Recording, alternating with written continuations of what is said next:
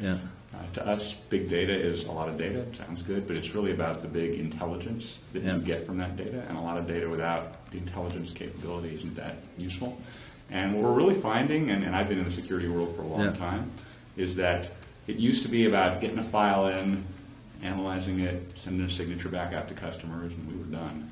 And now, attacks are so complex, they're coming from so many places, and getting in through such unusual means, that it's really about finding that needle in a haystack of massive amounts of data in order to figure out not just what file got in, but where did it come from, how did it get in, what did it take, where might it still be on your network. So it's really about a massive amount of intelligence that enterprises need that we think we can help them get. And it's not just about intelligence in your own environment, but really intelligence across the world. So one of the places we want to go, and we can already do this to some extent today, is we see an attack on 4 pharma companies in a particular region, be able to go and tell the 5th, there's an attack that looks sort of like this that you probably ought to keep your eyes out for. So that's really where the world's going.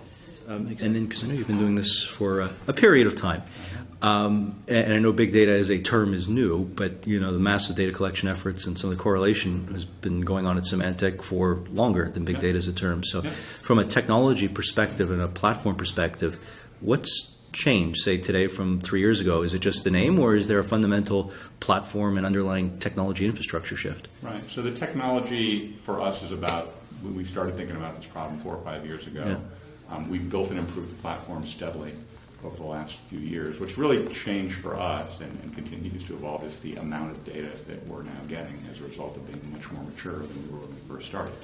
And every piece of data, even at 1.7 trillion today, and another 200,000 pieces of data coming into our system every second, every little piece adds more fidelity. So it's all about the fidelity and the accuracy that you get, and that is ultimately driven by the data sets that you get in, and the more the better. Because 5 years ago or 4 years ago, nobody was using Hadoop. Almost nobody. Maybe Google, Facebook, Yahoo. What are you using as your backend, and was there a shift at some point to some kind of Hadoop, or is Hadoop, again, buzzword type thing and doesn't necessarily matter? Right. So I don't know that we're talking publicly about specifically we've come on our backend, but it's basically something we've built from scratch ourselves, as well as using some third-party components. So it's a mix. But you can think of it along the lines of how you might think of Hadoop, even though not specifically saying what it is. When I think of Hadoop, though, also I think, and I love how people always use it as a metaphor, as it were, for big data, but it's a batch processing mechanism, right? And it's slow. It's not good for real time in a lot of cases. That's right. I would assume the type of threat intelligence you have is more actionable in real time. So how do you do that? Good point. So we're actually essentially we are essentially real time. That's exactly right. We're recomputing those. We have reputations, essentially safety ratings for we have safety ratings for 3.6 billion files on the internet today, 100 million websites, and we are constantly recomputing those because they may change over time. A website may be safe 1 hour and unsafe another hour, and we're doing that in real time, as I say, with this homegrown system with some sort of third-party components.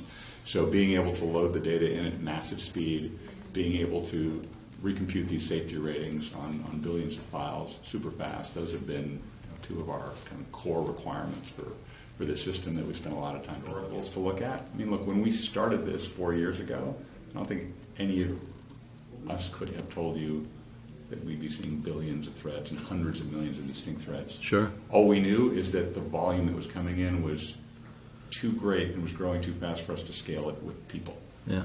So the exact speed at which we've grown, I don't know that we could have predicted, but fundamentally in our world in security, and I've been in it for a long time, and we can look back at other things we've done, it's always been about how do we take a process that was fundamentally done by humans and automate it.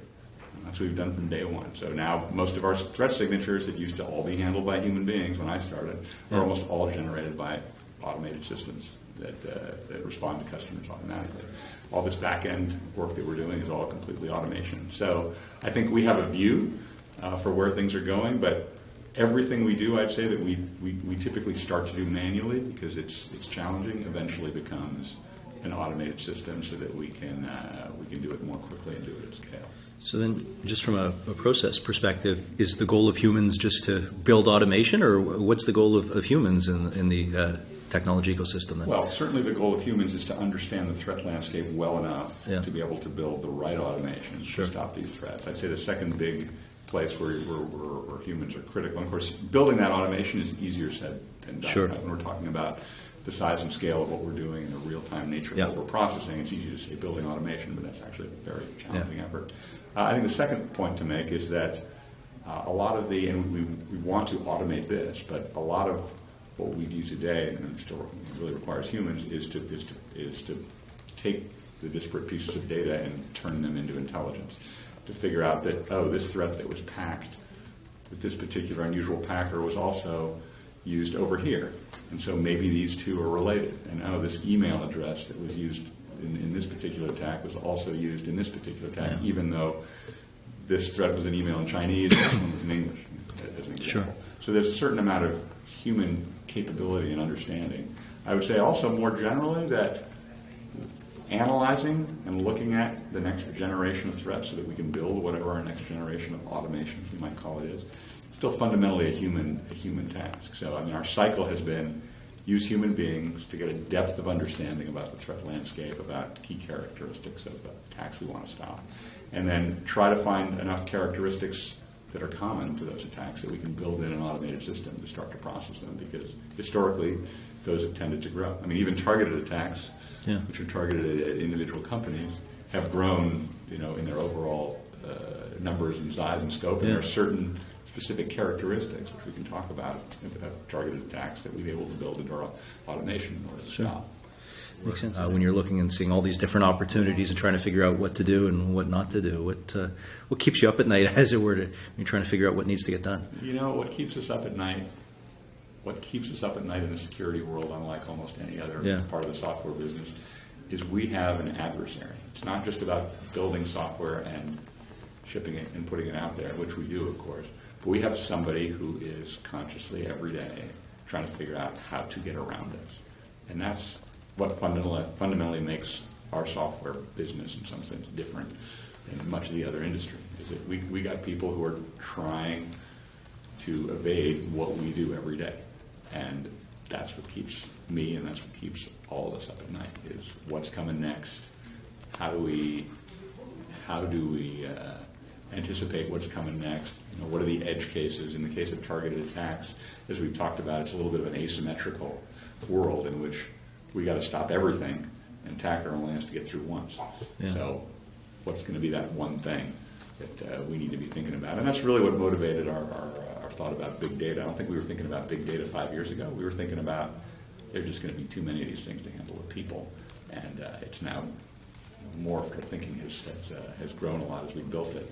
But it's ultimately the question about what's the edge, what's the end around, how are people going to next try to go after us, and what do we need to do to think about it and stop it, help our customers, help the internet.